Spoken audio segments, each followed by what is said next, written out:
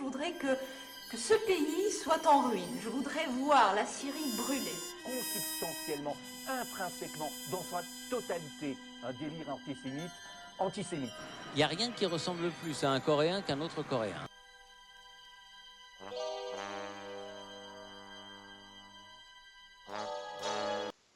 Alors, là, je vais prendre ma DeLorean, je vais faire un petit voyage dans le temps. Je vais revenir à ce que tu as dit à Malek tout à l'heure.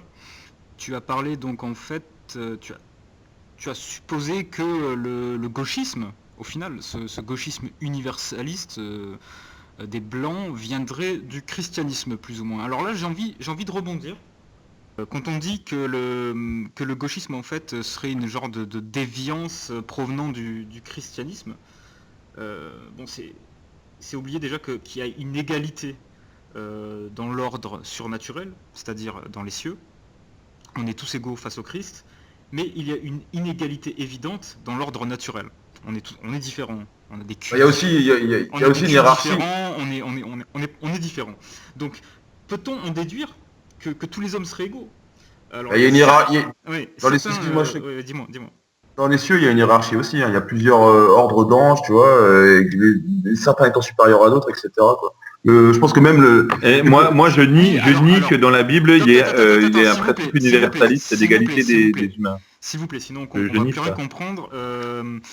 Alors, ce que tu disais, Amalek, c'est tout à fait vrai. Par contre, là, on va dans une granularité qui est beaucoup trop fine au niveau de l'analyse. Donc là, je voudrais rester un peu grossier et vulgariser tout ça.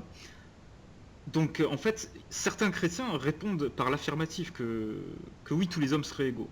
Donc, et pour appuyer cette conclusion, il cite saint Paul, qui, dans son épître aux Colossiens, a écrit « Il n'y a plus ni grec ou juif, ni circoncis ou incirconcis, ni barbare, cite, esclave ou homme libre, mais tout en tous dans le Christ. » Donc ça, oui, mais oui, d'accord. Mais là, il parle au niveau surnaturel. Ils ont déduit. C'est pas n'importe qui. C'est pas les musulmans, c'est pas les boucaques, c'est les chrétiens. Donc oui. Mais il parle au niveau surnaturel. Oui, exactement. Alors écoutez bien. Parce qu'en fait, là, ils en déduisent, ces chrétiens-là, et ça, c'est les chrétiens qu'on rencontre souvent à la messe, pro-migrants, etc. Ils en déduisent que tous les hommes sont frères, donc égaux. Alors, en fait, ce qu'il faut... Pas la messe où je vais, en tout cas. Pas les églises que je fréquente. Pas chez Saint-Pie, c'est ça. Ouais. Donc, oui, mais non, mais pour moi, excuse-moi, entre parenthèses, pour moi, les catho-modernistes, ils sont pas on n'est pas de la même religion. Alors, on aime Jésus, mais ça s'arrête là. Vatican II, c'est un schisme. Je vais vous dire d'où ça vient. Je vais vous dire en fait ce schisme d'où il vient. Alors, il faut leur objecter la chose suivante. Il cite saint Paul hors contexte. Certes, saint Paul déclare qu'il n'y a plus ni esclave ou homme libre, mais un peu plus loin, il commande. Écoutez bien, esclaves, obéissez en tout à ceux qui sont vos maîtres en ce monde. Contradiction? Absolument pas. Alors en fait, cet ordre strict éclaire la pensée de l'apôtre. Il démontre que saint Paul, il établit clairement une différence nette et essentielle entre les réalités d'ici-bas, les réalités terrestres, où il y a des maîtres et des esclaves, et celles d'en haut, où tous les êtres humains sont égaux dans le Christ, comme je l'ai dit auparavant. Donc citer juste le verset 11 du paragraphe 3, mais ça permet de trahir la pensée de l'auteur, ce qui est très grave. Et je note aussi que les mondialistes... Le font très souvent, nos ennemis le font très souvent. Les mondialistes, exactement, ils s'appuient sur l'épître aux Colossiens, et ils évitent généralement de citer ce même saint Paul qui s'adresse aux Galates. La raison, elle est simple.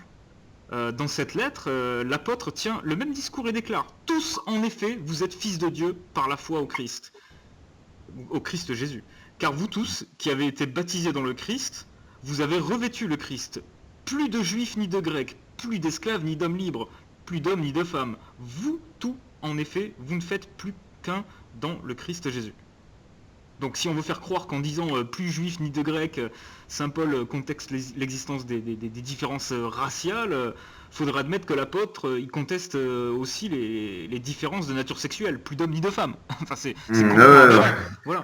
C'est ça. Donc voilà, c'était vraiment là pour... ils vont le dire et du coup ils vont le dire. C'est ça quoi. Mais c'est certains qui disaient que en fait en gros le gauchisme c'était des vertus chrétiennes devenues folles, tu vois. C'est-à-dire que si tu exclus tout simplement la spiritualité, le respect le respect de la liturgie, tout ça, et qu'il reste plus que des idées un peu abstraites, ça donne le gauchisme.